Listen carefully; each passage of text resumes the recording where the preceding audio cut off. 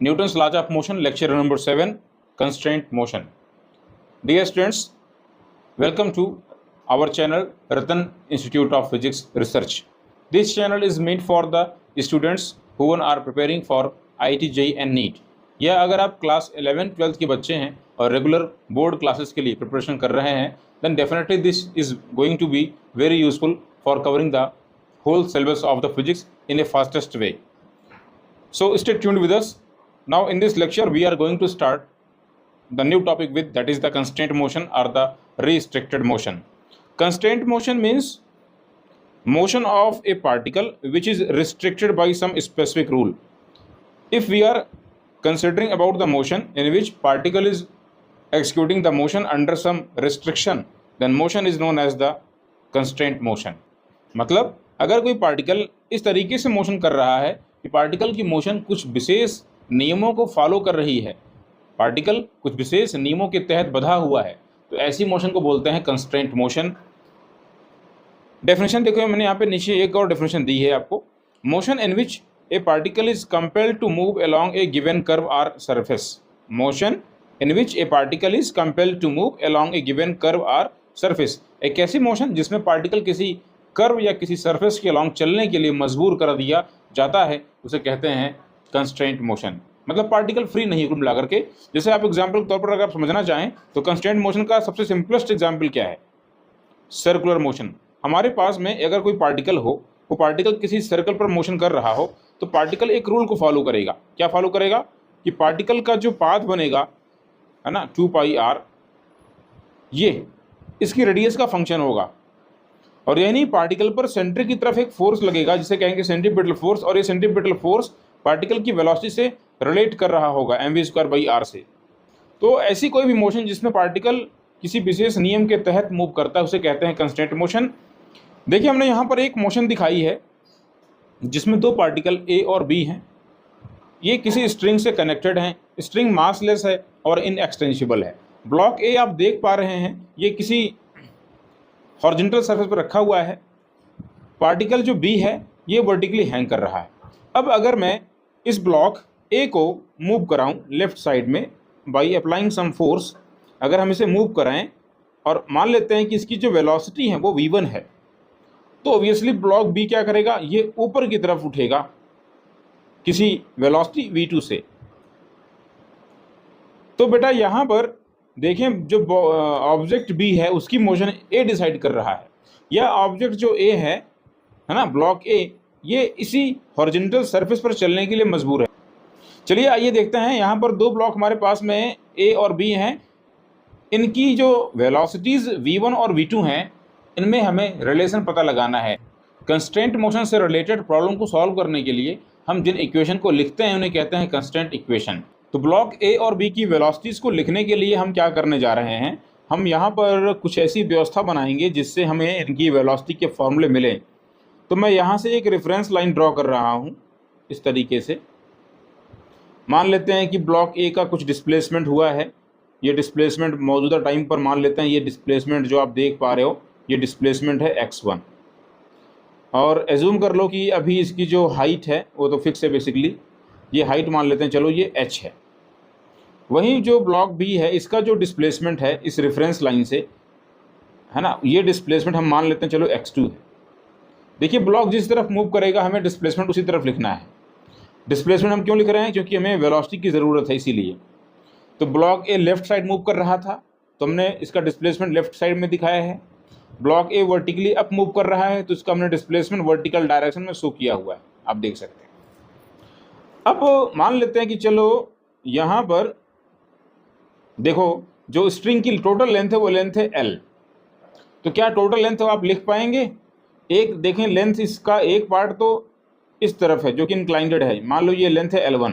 दूसरी जो vertically hang कर रही है ये लेंथ क्या है? L2, जो कि बेसिकली x2 के ही इक्वल है. So total length of the string हम लिखते हैं फटाफट. We are writing the total length of the string. Total length of string, आप बोलेंगे स्ट्रिंग की total length basically L1 plus L2 के इक्वल है, और जो कि कांस्टेंट रहने वाली है क्योंकि यहाँ पर स्ट्रिंग हमारी इनएक्सटेंसिबल है. है कि नहीं। तो आओ जरा देखते हैं इस चीज़ को।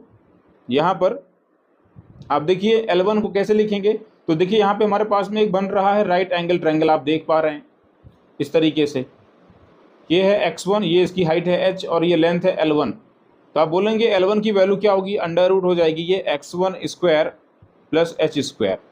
और L2, तो L2 तो उस दूसरे ब्लॉक का डिस्प्लेसमेंट x2 के ही इक्वल है। ओके, ये टोटल लेंथ L हो गई। अगर हमें इसको डिफरेंशिएट करूं विद रिस्पेक्ट टू टाइम, हमें क्या मिलेगा, यहाँ लिखने जा रहे हैं differentiating with respect to time. Differentiating with respect to time, इसको डिफरेंशिएट करते हैं तो d d t of root of x1 square plus h square plus d d t of x2 equals differentiation of constant क्या होगा, 0। तो right side में तुम्हें क्या मिलने वाला है, 0 ही हमें मिलेगा, है ना भाई साहब। आगे बढ़ाते हैं, इसे कर देते हैं 0। इसको डिफरेंशिएट आप ज़रा जल्दी से करें। तो ये देखें रूट में है तो ये हो जाएगा 1/2 times of root of x1 square plus h square into x1 square को डिफरेंशिएट करें तो 2 times of x1 into dx1 upon dt, okay, plus dx2 over dt। बच्चों ध्यान दीजिएगा, यहाँ पर ये 2 से 2 कैंसिल आउट हो जाएगा, है ना। और ये हमें मिल रहा है x1 over root of x1 square plus h square. dx1 upon dt क्या चीज़ है, तो dx1 अपॉन dt क्या है, displacement of the block A with respect to time, जिसे हम लोग कहेंगे velocity of the block A, v1, vector v1, plus dx2 upon d2। तो dx2 अपॉन d2 बेसिकली क्या है, dt क्या है, ये displacement of the second block with respect to time है, यानी ये सेकेंड ब्लॉक की वेलोसिटी है। लेकिन ध्यान दें, ब्लॉक ए जैसे जैसे राइट साइड में लेफ्ट में मूव करेगा तो ब्लॉक बी ऊपर की तरफ मूव कर रहा होगा, तो ब्लॉक बी का जो डिस्प्लेसमेंट है वो इस रेफरेंस लाइन से कम हो रहा होगा। यानी एक तरीके से ये वेलोसिटी माइनस में हम लोग लिखेंगे। माइनस साइन का मतलब क्या है, पार्टिकल का डिस्प्लेसमेंट लगातार कम हो रहा है सेकेंड ब्लॉक का। तो आइए यहाँ लिख देते हैं minus v2 velocity of the second block. बच्चों जरा ध्यान से देखिए, ये x1 upon root of x1 square plus h square किसके इक्वल है। अगर इस डायग्राम को देखें और माने कि जो स्ट्रिंग इंक्लाइंड है ये हॉरिजॉन्टल डायरेक्शन से थीटा एंगल बना रही है, देन ऑब्वियसली हमारा ये एंगल क्या बनने वाला है, थीटा ही बनेगा, है कि नहीं। ये हमारा एंगल क्या बनेगा, थीटा ही बनेगा। तो जरा देखें यहाँ पर कॉस थीटा की वैल्यू क्या बनेगी, तो आप बोलेंगे कि कॉस थीटा का मतलब हो जाएगा बेस अपॉन हाइपोटेनस, यानी ये बनेगा x1 root of x1 square plus h square. तो अगर हम चाहें तो x1 upon root of x1 square plus h square के प्लेस पर रख सकते हैं cos theta. So vector v1 cos theta minus vector v2 equals 0, और we can say vector v1 cos theta equals vector v2। यही v1 और v2 में relation है, दोनों ही ब्लॉक की वेलोसिटीज़ में ये रिलेशन हमें मिल चुका है, याद रखेंगे इस चीज़ को। अब इसको सॉल्व करने का और भी एक सिंपल तरीका है, आप यहाँ पे समझिए, जो ब्लॉक A और B हैं इनकी वेलोसिटीज़ अलग अलग हैं और इनकी स्पीड भी अलग अलग है। v1 cos थीटा की वैल्यू v2 के इक्वल है, तो कौन सा ब्लॉक इसमें फास्ट चल रहा है। आप बोलेंगे एंगल के बढ़ने पर cos थीटा की वैल्यू कम होती है, यानी जो v2 है वो स्लो चल रहा है, v1 फास्ट चल रहा है। अब देखें जरा इसको और कैसे सॉल्व कर सकते हैं। अगर हमारे पास में कोई स्ट्रिंग है और इसकी लेंथ चेंज नहीं हो रही है, तो इससे जुड़े हुए सभी ब्लॉक की जो वेलोसिटी होगी अलोंग द स्ट्रिंग वो सेम रहने वाली है। तो जरा देखें इसका जो कंपोनेंट बनेगा अलोंग द स्ट्रिंग वो कितना आने वाला है, v1 cos थीटा, बिकॉज ये एंगल थीटा है तो ये भी एंगल क्या बनेगा, थीटा ही बनेगा, वर्टिकली अपोजिट एंगल है। तो v1 cos थीटा की वैल्यू v2 के इक्वल होगी। तो देखिए वही बात यहाँ पे लिखी हुई है, v1 cos theta equals v2। अगर कोई स्ट्रिंग इलोंगेट नहीं हो रही है तो उससे जुड़े हुए सभी ब्लॉक्स की वेलोसिटीज़ का जो मैग्नीट्यूड होगा, यानी कि speed in the direction of the string, वो सेम हो रहेगी।